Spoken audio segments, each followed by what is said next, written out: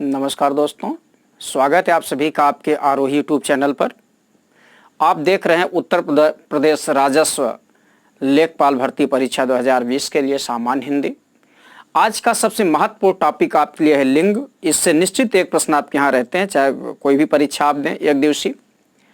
यहाँ से दो प्रकार के प्रश्न बनते हैं, या तो किसी शब्द का सीधे पूछ लिया जाएगा इस शब्द का लिंग क्या है, या फला शब्द स्त्रीलिंग है कि पुल्लिंग है, या आपसे ऐसे पूछ लेंगे कि फला वाक्य किस प्रकार का है, दही खट्टा है या दही खट्टी है। अर्थात लिंग से दो प्रकार से प्रश्न बनेंगे, एक सीधे, दूसरे वाक्य शुद्धि के परिपेक्ष में बनेंगे। आइए देखते हैं आज का महत्वपूर्ण टॉपिक लिंग।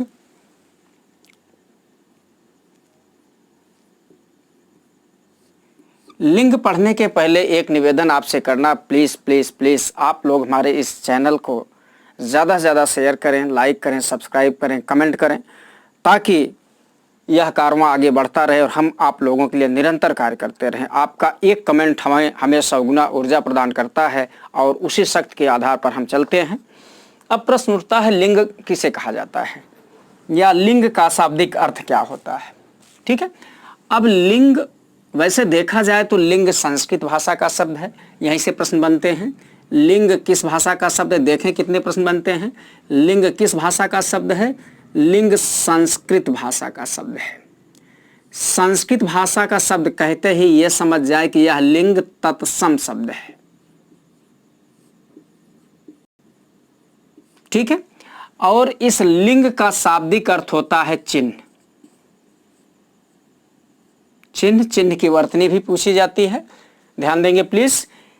चिन्ह होता है और चिन्ह को आप ऐसे समझें, चिन्ह को आप निशान कहते हैं। अब प्रश्न उठता है कैसा निशान। ऐसा निशान की जो संज्ञा है, ध्यान रखेंगे प्लीज, जो संज्ञा है यह संज्ञा स्त्री जाति का है, स्त्री जाति, या पुरुष जाति। मुझे पूरा विश्वास है आप लोग समझ रहे होंगे। मैंने बताया कि लिंग संस्कृत भाषा का शब्द है। संस्कृत भाषा का शब्द होने की वजह से हम इसको तत्सम शब्द भी कहते हैं।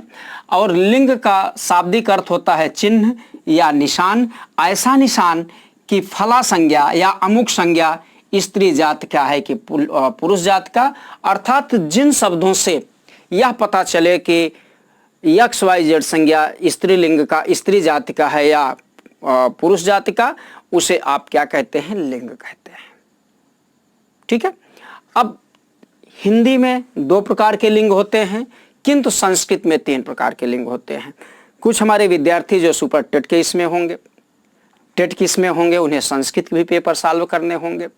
तो ध्यान रखेंगे, जिसे संस्कृत का भी पेपर सॉल्व करना होगा और हिंदी का भी पेपर सॉल्व करना होगा, प्रश्न एक ही पूछे जाएंगे, विकल्प भी एक ही रहेंगे कि लिंग कितने होते हैं। जो संस्कृत के पार्ट्स के पेपर आप सॉल्व करेंगे, ठीक है, संस्कृत के पेपर आप सॉल्व करेंगे, उसमें लिंग के 3 भेद बताएंगे। स्त्रीलिंग, ध्यान रखेंगे क्या है, स्त्रीलिंग,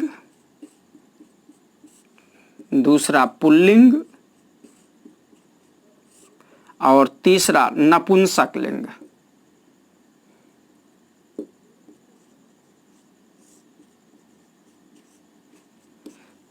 ठीक है, संस्कृत में 3 होते हैं, किंतु हिंदी में लिंग की संख्या, लिंग के भेद 2 होते हैं। इतना तो आप समझ गए, लिंग के भेद 2 होते हैं। किंतु ध्यान देने योग्य बात यह है कि कुछ संज्ञाएं प्राणीवाचक होती हैं। कैसी संज्ञाएं होती हैं, प्राणीवाचक।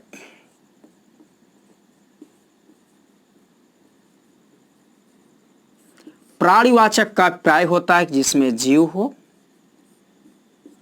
और कुछ संज्ञाएं ऐसी होती हैं जो अप्राणीवाचक होती हैं। ठीक है, अप्राणीवाचक होती है जिसमें जीव ना हो। ध्यान रखेंगे, कुछ संज्ञाएं प्राणीवाचक होती हैं, कुछ अप्राणीवाचक होती हैं। ठीक है, प्राणीवाचक संज्ञाओं में जीव हो और अप्राणीवाचक संज्ञाओं में जीव ना हो। प्राणवाचक संज्ञाओं के लिंग की पहचान तो स्पष्ट कर ली जाती, किंतु अप्राणीवाचक संज्ञाओं के लिंग की पहचान करना थोड़ा मुश्किल होता है। जैसे प्राणीवाचक संज्ञा है, माता है तो उसका पुल्लिंग पिता होगा, भाई है तो बहन होगा, ठीक है, नर है तो मादा होगा, घोड़ा है तो घोड़ी होगा, कुत्ता होगा तो कुतिया होगा। अर्थात आप जिसमें जीव होते हैं उनके लिंग की पहचान तो कर ले जाते हैं, और जो अप्राणीवाचक संज्ञाएं होती हैं उनके लिंग की पहचान करना थोड़ा मुश्किल होता है। जैसे कुर्सी है या मेज है या लोटा है या खेत है, ठीक है, जो ऐसे शब्द हैं जिसमें जीव नहीं होता, इनके लिंग की पहचान करना थोड़ा मुश्किल होता है। इसके लिए क्या करना है, इसके लिए हमारे पास कुछ नियम हैं, उन नियमों को हम आपको बताएंगे, उन नियमों को देखें और उसी के आधार पर आप समझने की कोशिश करें कि जिन संज्ञाओं के अंत में फला फला फला शब्द हों या प्रत्यय हों वो शब्द क्या होंगे, स्त्रीलिंग होंगे या पुल्लिंग होंगे।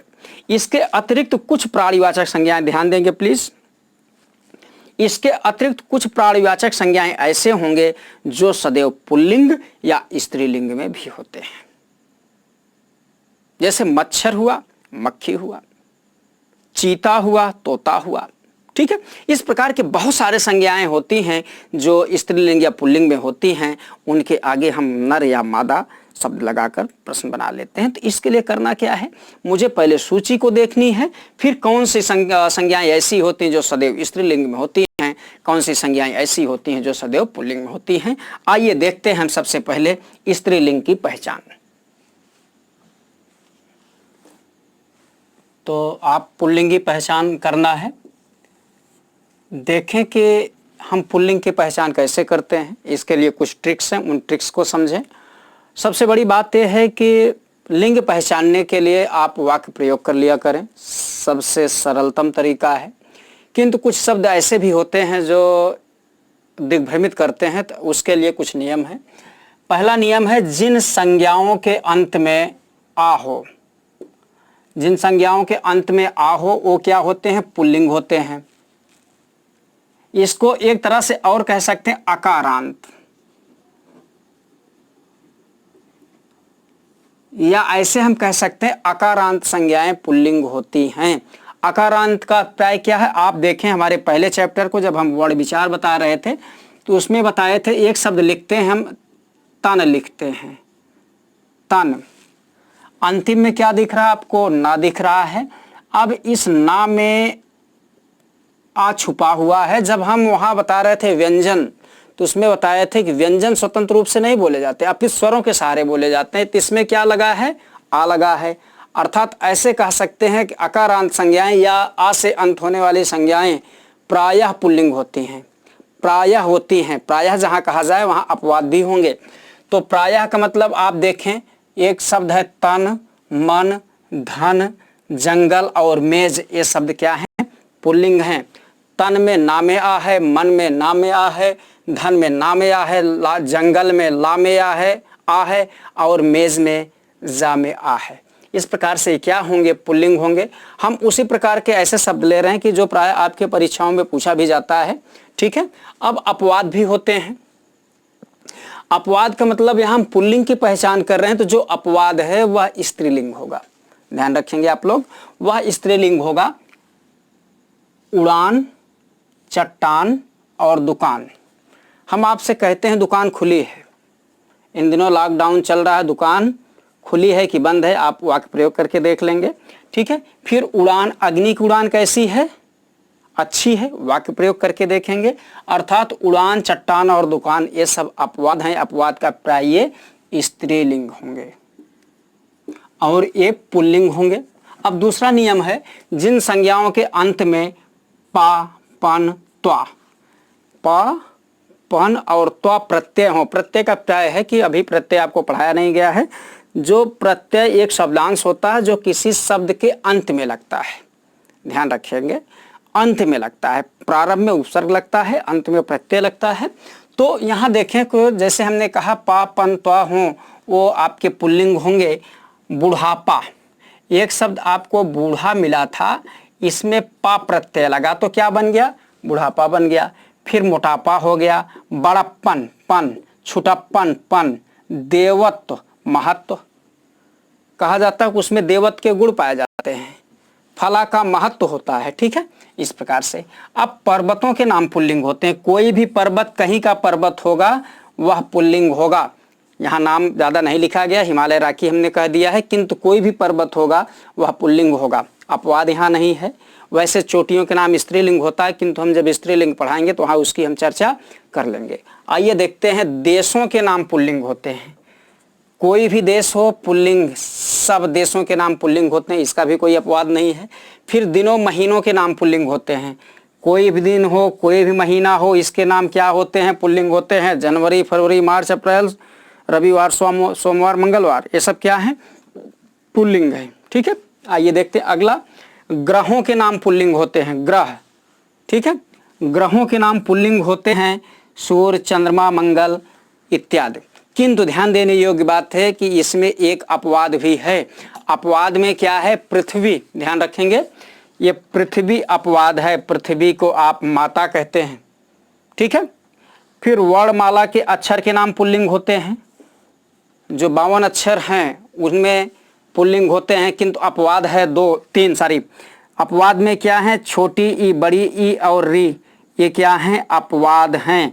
शेष वर्णमाला के शब्दों वर्णमाला के अक्षरों के नाम पुल्लिंग होते हैं। अपवाद में ई और री, ये प्रश्न पूछा गया है, फिर पूछे जाने की संभावना है।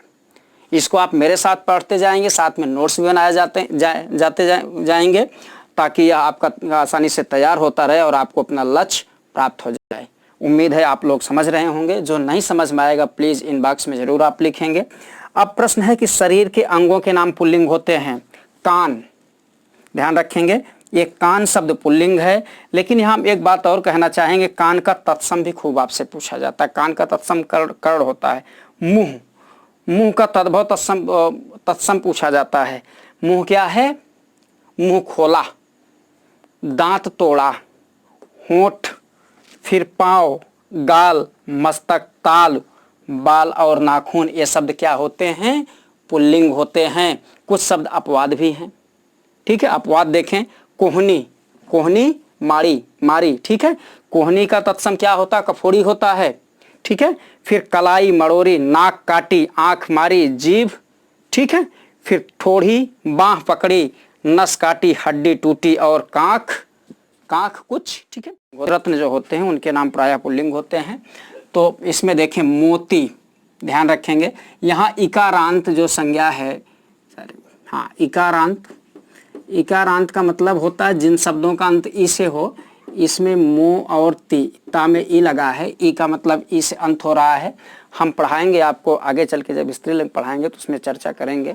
इकारांत शब्द प्रायः स्त्रीलिंग होते हैं, किंतु यहाँ अपवाद है। मोती यहाँ आपको दिख रहा है, फिलहाल अभी आप रत्नों के नाम में इसको देखें। ठीक है, मोती, मणिक, पन्ना, हीरा, जवाहर, मूंगा, नीलम और पुखराज।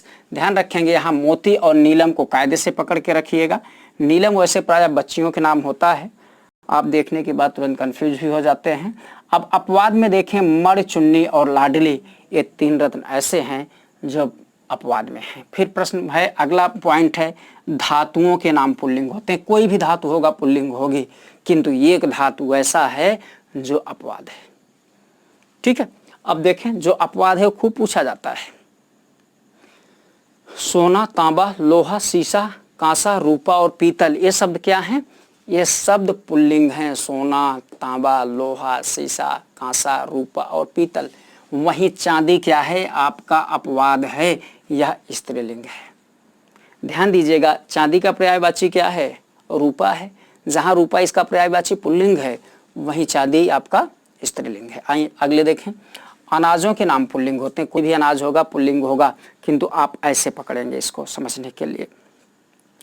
जिन अनाजों के नाम का अंत ई से हो वह प्रायः क्या होंगे, स्त्रीलिंग होंगे। जो ई से नहीं होंगे वह पुल्लिंग होंगे। कुछ अपवाद होते हैं तो अपवाद हमारे नियम नहीं हुआ करते। अब अनाजों के नाम पुल्लिंग में देखिए, जौ, गेहूँ, गेहूँ पुल्लिंग है। गेहूं का तत्सम आपसे खूब पूछा जाता है। गेहूं का तत्सम क्या होता है, गोधूम होता है। ठीक है, ठीक। फिर चावल, बाजरा, चना, मटर, तिल, ये सब क्या है? पुल्लिंग हैं। इसमें ध्यान दें, ज्वार, खेसारी और मकई, ये सब आपके अपवाद हैं, स्त्रीलिंग हैं। आइए अगला देखते हैं, पेड़ों के नाम पुल्लिंग होते। कोई भी पेड़ हो जिन पेड़ों के नाम का अंत आ से हो, जैसे नीम, महुआ, आम, पीपल, बरगद, नींबू, ये सब क्या हैं? आ से हो रहे हैं, जिनका अंत वो आपके पुल्लिंग होंगे। आम में आ है, महुआ में आ है, जामुन में आ है, नीम में आ है, बबूल में आ है, सबको पता है। जिसको नहीं पता होगा प्लीज़ कमेंट में पूछेंगे, या हमारा सबसे पहला चैप्टर देखेंगे जो वर्ण विचार है। ठीक है, अब अपवाद में देखें, लीची ये दिख रहा है, फिर नारंगी, खिरनी, इमली, नाशपाती और मौसम्बी, ये सब आपके अपवाद हैं, अर्थात ये स्त्रीलिंग है। मुझे उम्मीद है कि आप लोग समझ रहे होंगे। ये सब के लिए महत्वपूर्ण है, हर परीक्षा के लिए महत्वपूर्ण है, क्योंकि हर परीक्षा में वाक्य शुद्धि पूछा जाता है। जैसे हमने दो बातें आपसे कही, एक बात तो कहा कि ये सीधे जैसे मोती या कुछ शब्द दे देंगे, कहेंगे कि इसमें कौन सा स्त्रीलिंग है, कौन सा पुल्लिंग, उस प्रकार से। दूसरा, इसके वाक्य दे देंगे और आपसे कहेंगे कि शुद्ध करिए वाक्यों को, तो लिंग के आधार भी अशुद्धियां होंगी, तो यहाँ वो आप सही कर ले जाओगे। अगला देखें, द्रव्यों के नाम पुल्लिंग होते हैं। द्रव्य मीन्स लिक्विड, जिसमें पानी, घी, तेल, सिरका, अर्क, दूध, इसमें पानी को पूछा जाता है और दूध भी खूब पूछा जाता है। ये क्या होंगे? पुल्लिंग होंगे। समझिएगा, जब स्त्रीलिंग पढ़ाएंगे तो हम बताएंगे। अभी हमने मोती के साथ चर्चा की कि ई, कहेंगे कि जिन संज्ञाओं के अंत ई से होता है वो स्त्रीलिंग होते हैं। किंतु अपवाद में हम 4-5 बताएंगे, एक मोती बताएंगे, एक पानी बताएंगे, एक घी बताएंगे, एक जी बताएंगे और एक दही बताएंगे। दही आपके विविध परीक्षाओं में कई बार पूछा गया है। दही स्वतंत्र रूप से पूछा गया है कि लिंग इसका बताइए, और वाक्य में पूछा गया कि दही खट्टा है कि दही खट्टी है। ठीक है, आइए अगला देखते हैं। अपवाद में देखें, लिक्विड फॉर्म में होते अपवाद में क्या है? स्याही, स्याही भरी जाती है, चाय पी जाती है और शराब पी जाती है। तो स्याही, चाय, शराब ये आपके स्त्रीलिंग होते हैं। हम उन्हीं शब्दों को टेकअप किए हुए हैं जो आपके यहाँ प्रायः पूछे जाते हैं और जो समाज में बहुचर्चित हैं। ठीक है, अगला देखें। अब कुछ प्रत्यय हैं कि जिन शब्दों के अंत में प्रत्यय लगे होंगे निश्चित ही वह पुल्लिंग होंगे। जैसे अक प्रत्यय, जिन शब्दों के अंत में अक प्रत्यय होगा वो पुल्लिंग होंगे। जैसे बालक है, चालक है, लेखक है, शिक्षक है, गायक है, सब में अक है। फिर जिनमें अन है, अन, लेखन, गमन, आगमन, रमण और भ्रमण, जो नहीं समझ पाएंगे कमेंट बॉक्स में लिखेंगे, फिर समझाएंगे। अभी इन पर हम आधारित प्रश्न बनाएंगे और सॉल्व कराएंगे। मुझे आशा नहीं, पूरा विश्वास है आप राजस्व लेखपाल में 100% देने का प्रयास करोगे। ठीक है, अब जिन शब्दों के अंत में आर हो, आर प्रत्यय, जैसे सुनार, लुहार, गंवार और कुम्हार। गंवार का तत्सम खूब पूछा जाता है, ग्रामीण होता है। ठीक है, फिर खाना, जिन शब्दों के अंत में खाना प्रत्यय हो, जैसे दवा खाना, कारखाना, डाक खाना और पागल खाना। जिन शब्दों के अंत में खाना प्रत्यय हो, दवा खाना, कारखाना, डाक खाना और पागल खाना। पागल खाना, डाक खाना, ये सब शब्द जो हैं सॉरी पुल्लिंग के साथ साथ संकर शब्द भी हैं।